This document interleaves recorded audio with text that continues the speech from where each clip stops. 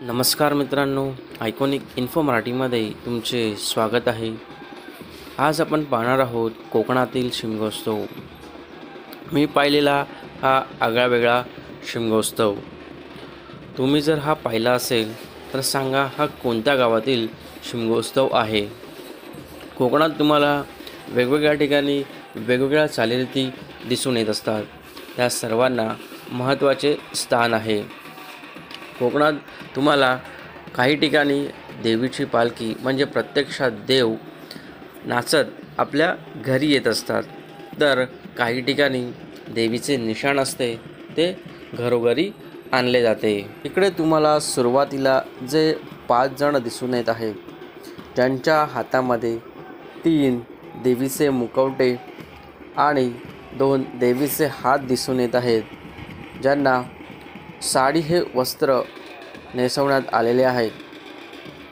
इथल्या प्रथेनुसार तिघांच्या अंगामध्ये देवीचे वारी येते, तसेच एकांच्या अंगामध्ये लिंगेश्वर महादेवाचे व एकाच्या अंगामध्ये ब्राह्मणाचे वारी येते.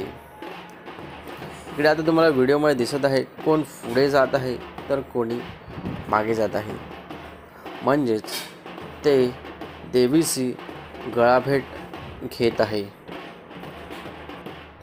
इकडे ज्यांनी नवस बोललेला असतो तो इकडे फेडण्यात येतो. तसेच कोणाला नवीन नवस बोलायचा असेल तर इकडे तो बोलला जातो.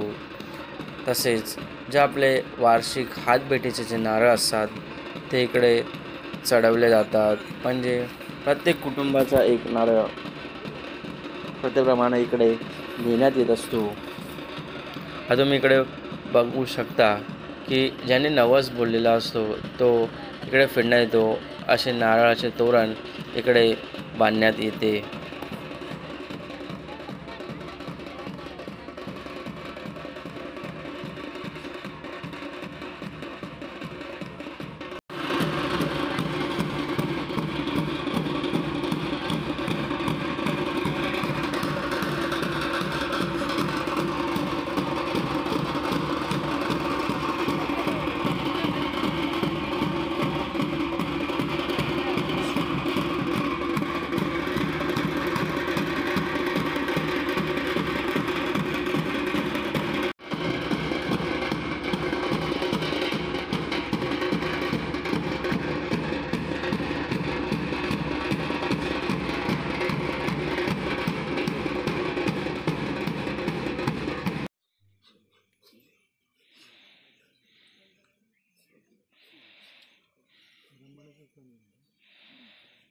मित्रांनो, व्हिडिओ आवडल्यास लाईक, शेअर, सबस्क्राईब करायला विसरू नका. म्हणजेच तुम्हाला येणारे नवनवीन व्हिडिओ बघायला भेटतील.